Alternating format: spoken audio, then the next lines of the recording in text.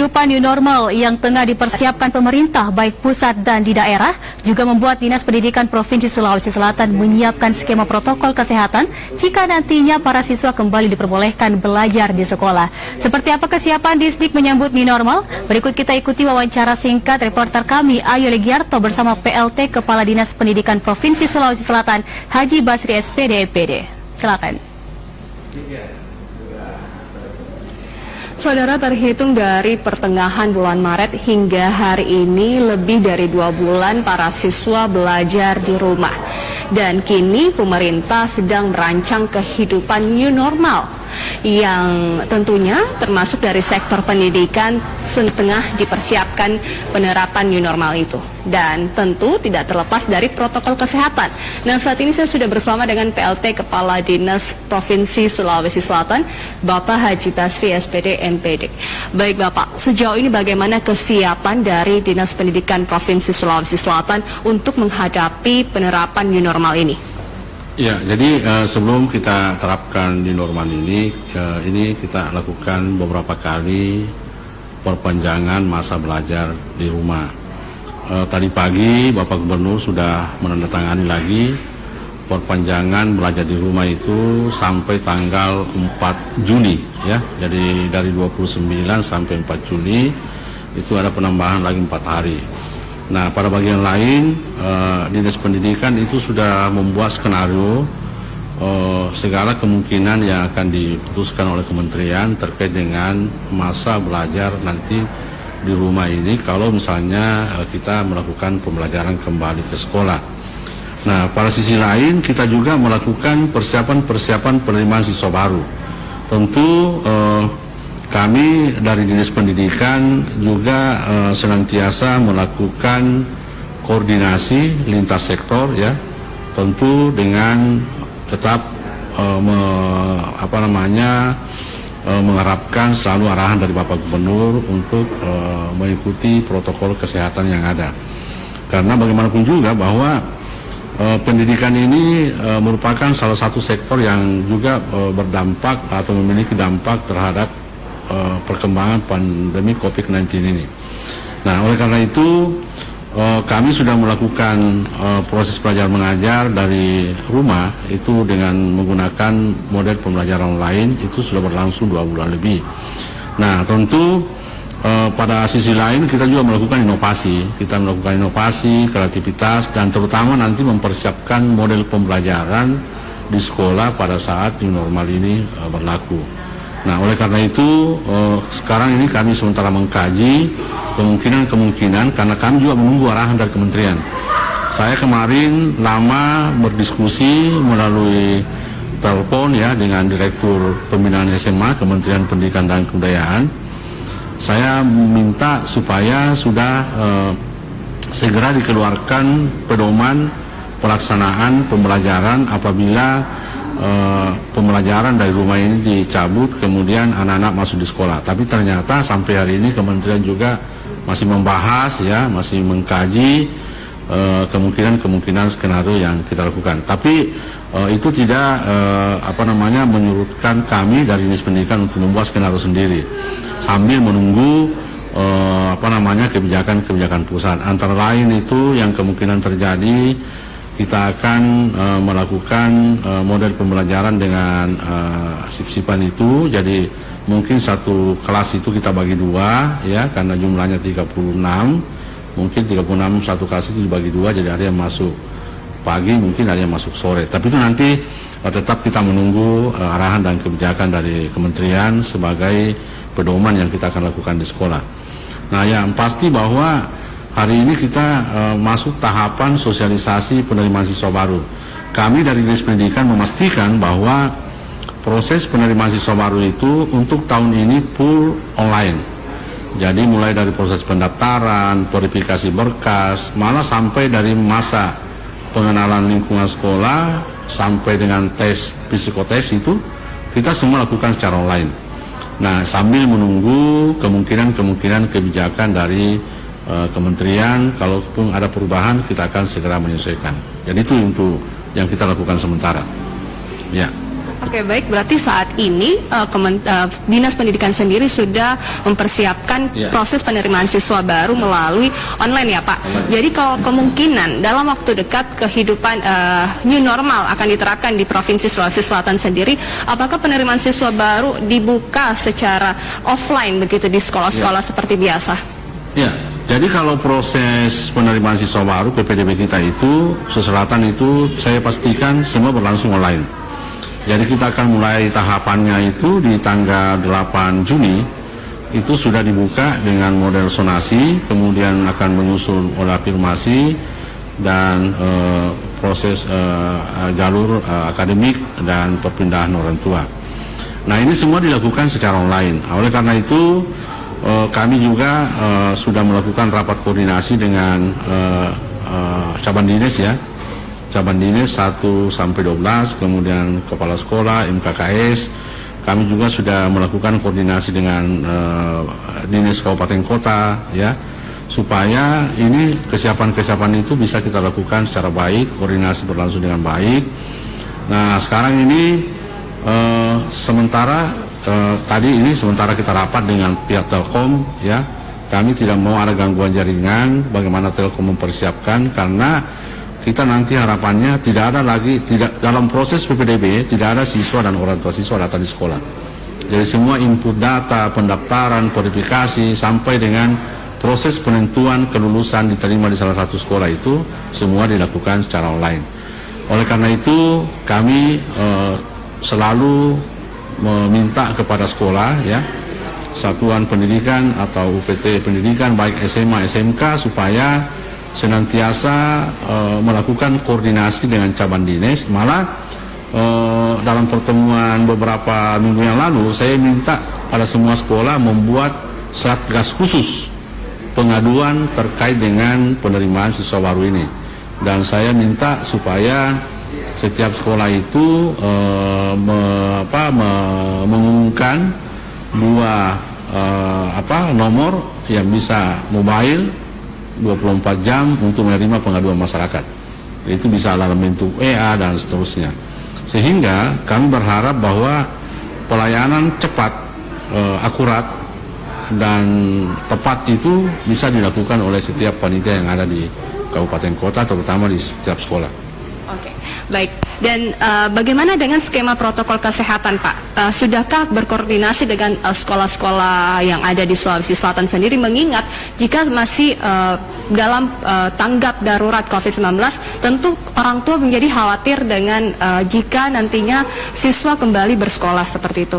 Ya, jadi kalau proses penerimaan siswa baru, seperti yang sampaikan tadi dari awal, semua berlangsung online. Jadi siswa kemudian orang tua itu mendaftarnya bisa di rumah saja, di rumah kirim pendaftarannya, identitas siswa, kemudian dokumen-dokumen itu semua dikirim lewat online.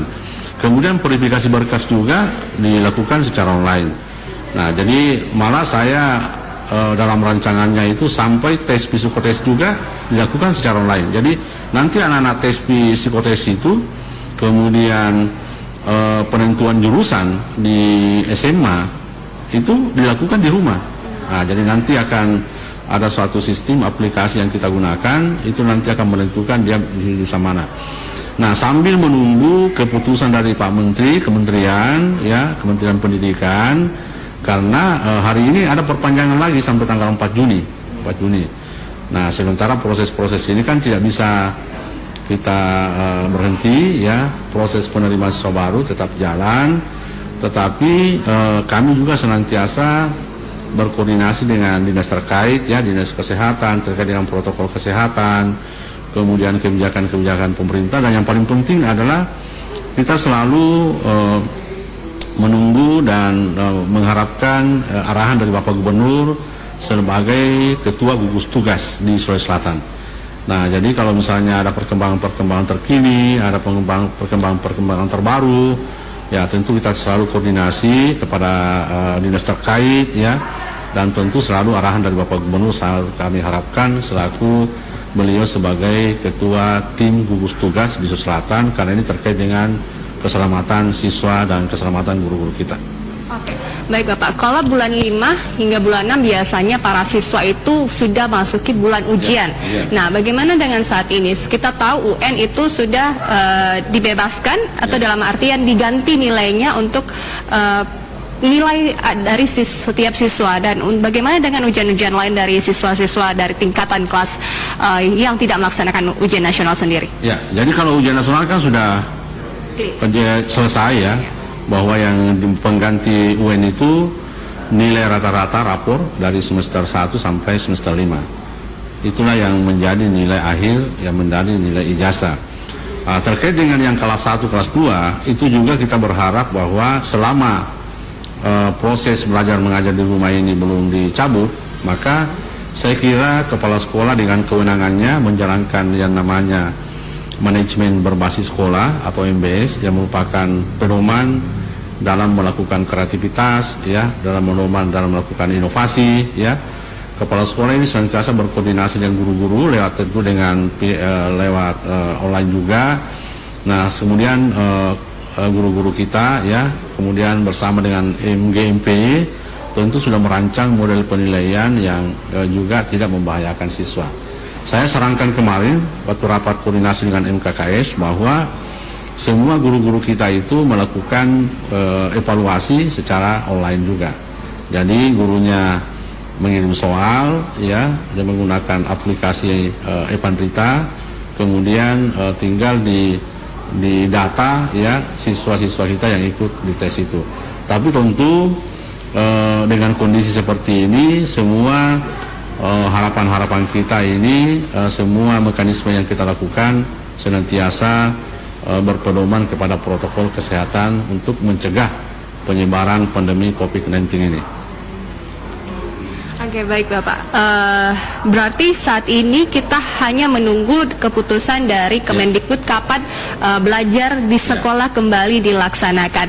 Nah, terakhir ada saat ini. Hingga saat ini apakah ada kendala-kendala yang diceritakan dari guru-guru masing-masing setiap sekolah terkait dengan pembelajaran di rumah seperti itu, Pak? Adakah kendala dari siswa, dari orang tua yang disampaikan dari para guru? Ya, jadi pengalaman kami selama kurang lebih 2 bulan, ya, menjalankan peralihan pembelajaran dari sekolah ke rumah, salah satu yang menjadi kendala itu terkait dengan signal di beberapa sekolah yang kita kategorikan sekolah remote area. Jadi kalau di Sulsel itu SMA kita ada di 13 kabupaten, ya, 13 kabupaten, ada 31 SMA, ya, yang masuk kategori remote area, dan ada 6 SMK yang masuk dalam kategori remote area.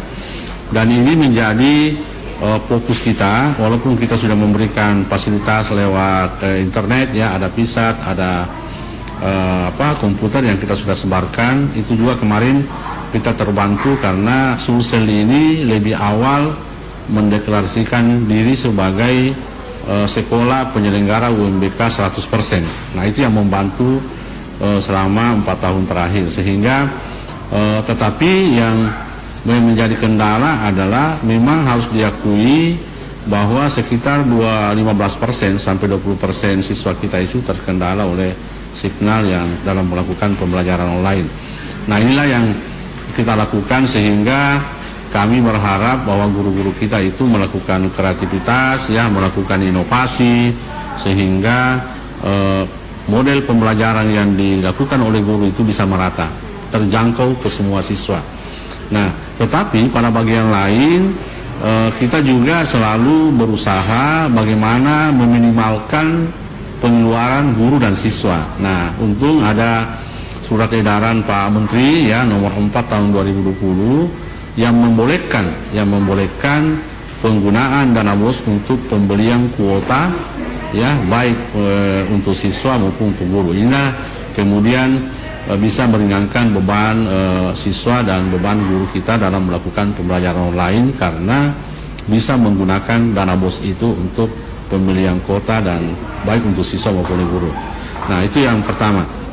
Kemudian yang berikutnya lagi, untuk mendorong supaya siswa kita ini punya pengalaman dan punya kesempatan yang sama, kami bekerja sama di samping aplikasi e-Pandrita yang kita miliki, kita juga bekerja sama dengan RRI ya, RRI untuk menembus daerah-daerah terisolir, terjauh, tertinggal, dan terkebelakang sehingga anak-anak kita juga bisa melakukan pembelajaran bersama dengan RRI yang ada.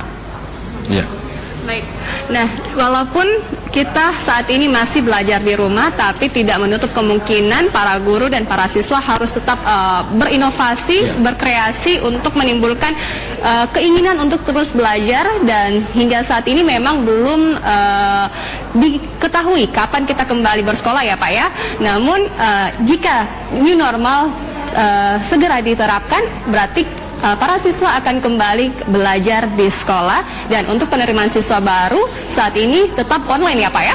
Jadi para orang tua siswa tetap mempersiapkan diri mendaftarkan anak-anaknya melalui via online. Demikian wawancara saya dengan PLT Kepala Dinas Provinsi Sulawesi Selatan Bapak Haji Basri SPD MPD. Kembali ke studio. Saudara, kami akan kembali dalam segmen Lintas Daerah setelah jeda berikut ini.